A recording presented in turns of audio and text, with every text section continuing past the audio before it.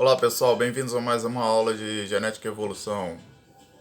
Essa aula aqui é a primeira lei de Mendel. Vamos começar falando aí de reprodução sexuada e reprodução assexuada em vegetais, tá?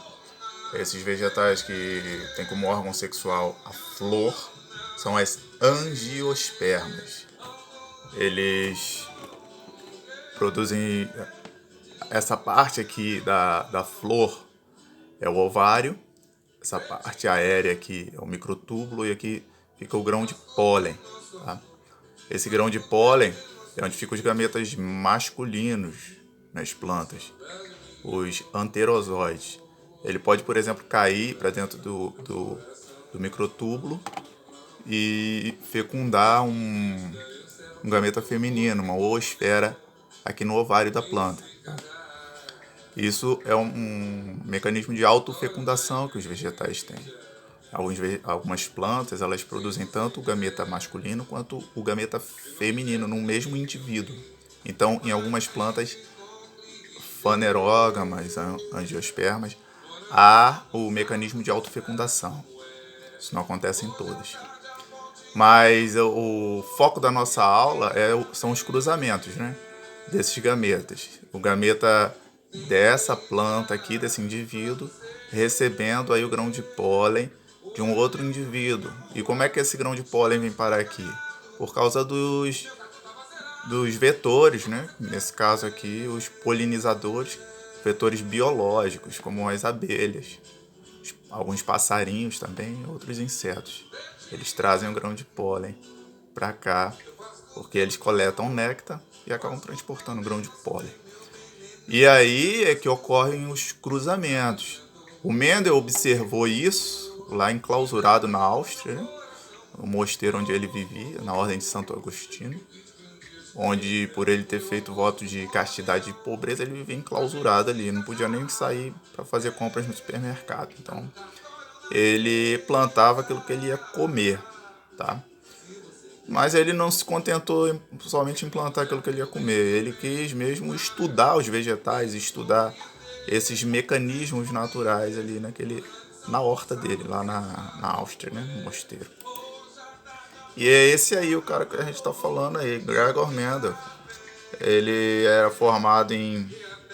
viveu lá no século XIX, formado em teologia e matemática. Tinha como hobby a botânica e acabou tornando-se o pai da genética. As duas leis, não existe uma terceira lei de Mendel, tá? Só existe a primeira lei de Mendel, que é a lei de segregação dos fatores, e a segunda lei de Mendel, a lei de segregação dos fatores independentes. Nessa aula aqui, por enquanto, vamos falar só da primeira lei de Mendel, segregação dos fatores. Aí o heredograma, não é um heredograma clássico, porque aqui não dá para saber qual é o macho, qual é a fêmea. Mas dá para saber que são dois gametas. Um deles tem que ser o gameta feminino e o outro masculino, tá ok? Porque assim é que é gerado uma prole. Gameta masculino com gameta feminino. E aí gera a prole. Isso é um cruzamento, tá? Pode ser inseminação artificial, pode ser... Mas quando tem um gameta masculino e um feminino, que aqui não dá para saber quem é quem, só dá para saber quem é verde e quem é amarelo. E dá para saber que o amarelo é dominante, ou seja, ele tem uma frequência maior sobre o verde, tá? E o verde é recessivo, já que a frequência dele é bem menor do que o amarelo, tá ok? Então, a característica dominante a gente marca com a letra maiúscula. Nesse caso é o V, mas poderia ser qualquer outra letra. A, B, C, D, E. E a gente marcou o dominante puro com 2 V's maiúsculos. O dominante, o recessivo puro com 2 letras minúsculas. Eles geraram prole aqui. 100% da prole dele é híbrido, né? Ou heterozigoto, tá? Que é uma linguagem mais moderna, heterozigoto. Ou seja, eles têm um Vzão e um Vzinho. É o Vzão de um dos progenitores com o Vzinho do outro progenitor. Essa geração aqui é a geração parental. É a primeira geração que a gente dá análise. A geração da prole deles é a geração F1, tá? E aí, a F2 é uma geração de um dos filhos da prole da geração parental, ou seja, é um neto deles. Ou vários netos deles, nesse caso aqui, né? Aí aqui nós temos, olha, temos a autofecundação desse indivíduo aqui que gerou essa prole. Tá vendo aqui? Aqui, gente, aqui, ó, eu tô percebendo aqui nesse eretrograma que aqui não tem o cabinho, né?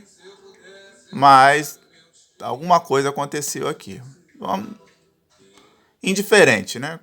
Porque, na verdade, a característica que nos interessa em F2 é essa daqui, olha. Característica que pulou uma geração. Não se apresenta em F2, mas está presente em geração parental e aparece aqui aliás, em F1, mas né? Ela pulou a geração F1. Ela aparece em geração parental e aparece em F2. Aí aqui são os fatores que a gente chama hoje de alelos. 2 alelos formam um gene, ou 2 fatores formam um gene. Os termos mendelianos são puros, que a gente chama hoje de homozigoto, que é quando a letrinha forma par com uma letrinha igual, tá? O Gzão, Gzão, ou o Gzinho, Gzinho. Mendel chamou de puros. Nós hoje chamamos de homozigotos. Dominante é o Gzão. Quando ele é homozigoto dominante, ele é Gzão, Gzão. E recessivo é a letra minúscula. Quando ele é um homozigoto recessivo, ele é um Gzinho, Gzinho. Recessivo a gente manteve na genética moderna. Puros, os cientistas tiraram e trocaram por homozigoto em referência à primeira célula depois da fecundação do óvulo pelo espermatozoide, que tem 2 letrinhas, que é o zigoto. Híbridos, uma linguagem mendeliana, né? Híbrido, Gzão, Gzinho, quando os alelos são diferentes, tá? Um dominante e um recessivo.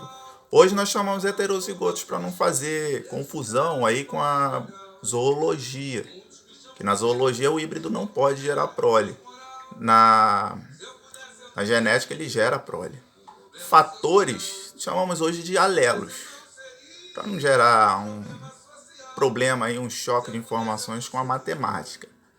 E caracteres de hereditariedade chamamos hoje de gene, para simplificar.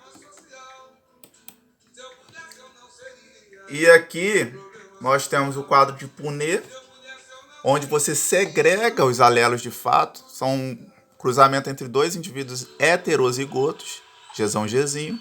Eu isolo o alelo Gzão aqui, isolo o alelo Gzinho aqui, de um dos indivíduos. O outro indivíduo eu isolo um alelo aqui, que é o Gzão, e isolo outro alelo aqui. Sendo que um indivíduo é macho, o outro é fêmea, ou vice-versa, tá? E aí eu cruzo as informações daqui de cima com essas daqui da esquerda. E aí eu tenho Gzão, Gzão, uma das probabilidades. Depois eu cruzo as informações daqui de cima com a daqui da esquerda na linha de baixo. Eu tenho Gzão, Gzinho, uma outra probabilidade. Eu venho para outra coluna, cruzo as informações daqui. Desce o Gzinho, o Gzão daqui também vem para cá. A letra maiúscula é sempre à esquerda e a minúscula é à direita. E aí você já está vendo que eu já tenho 2 probabilidades para o genótipo Gzão, Gzinho, heterozigotos.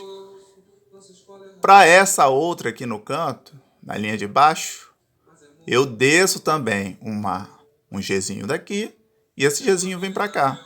E eu tenho uma probabilidade de Gzinho, Gzinho. Então eu tenho 2 probabilidades de Gzão, Gzinho, indivíduos heterozigotos, e uma probabilidade de Gzão, Gzão, indivíduo homozigoto dominante. Também tem uma probabilidade de Gzinho, Gzinho, o homozigoto recessivo. Traduzindo isso em números, se a gente for escolher trabalhar com porcentagem, a gente tem aqui, ó, pega o 100 do total dessas probabilidades e divide por 4, que é o número de quadradinhos que tem aqui, onde tem 2 fatores agrupados, rearranjados. E aí você tem aí, olha, 25 com 25, 50 com 25, 75 com 25, 100. E aí, olhando aqui para cima, olha, você tem 25 com 25. Você soma esse 25 com esse 25 daqui, eles não são iguais? É por isso que a gente chamava no meu tempo isso aí de jogo da velha, porque traça sempre uma diagonal quando você vence o jogo. Então, esses aqui são 50% para o genótipo heterozigoto, 25% para o genótipo homozigoto dominante e 25% para o genótipo homozigoto recessivo, tá ok? Pode fazer também com proporção, que foi o que o Mendel fez, com fração, algumas pessoas preferem fazer isso, porcentagem, que é o mais legal, esse aqui, mas é um pouquinho mais complexo. Número decimal também é uma complexidade, mas se você consegue trabalhar com fração, com número decimal, com porcentagem e com proporção, você tem boas chances de se dar bem em uma questão que envolva esses cálculos aí, ok? E aqui é o genótipo, né? Uma explicação aí, que é uma característica que você não necessita tanto dos cálculos que a gente fez anteriormente. Suas percepções, seus sentidos, né? Você consegue saber se uma planta tem a flor cheirosa, se a flor dela é roxa, se é branca ou se é vermelha, se as folhas são rugosas ou lisas, se a semente é verde, se o cheiro é adocicado. Você consegue analisar dessa forma sem fazer muitos cálculos, tá? Mas se você calculou o genótipo, você precisa transferir as informações do genótipo lá para o fenótipo.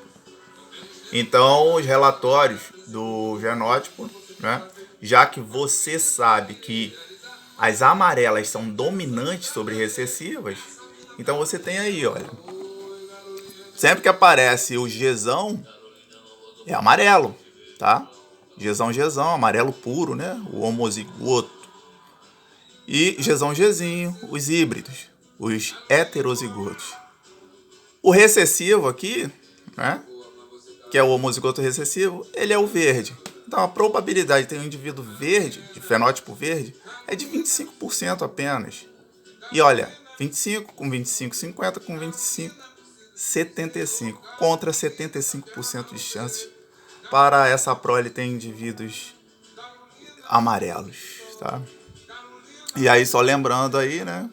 Todas as outras informações são lembretes para vocês. Essas são as plantas que têm como órgão sexual a flor, que são as fanerógamas angiospermas. Uma variedade muito grande. Tem girassol, tem nepente, tem um monte de plantas aí diferenciadas. E a gente termina ficando por aqui. Um abraço e sucesso.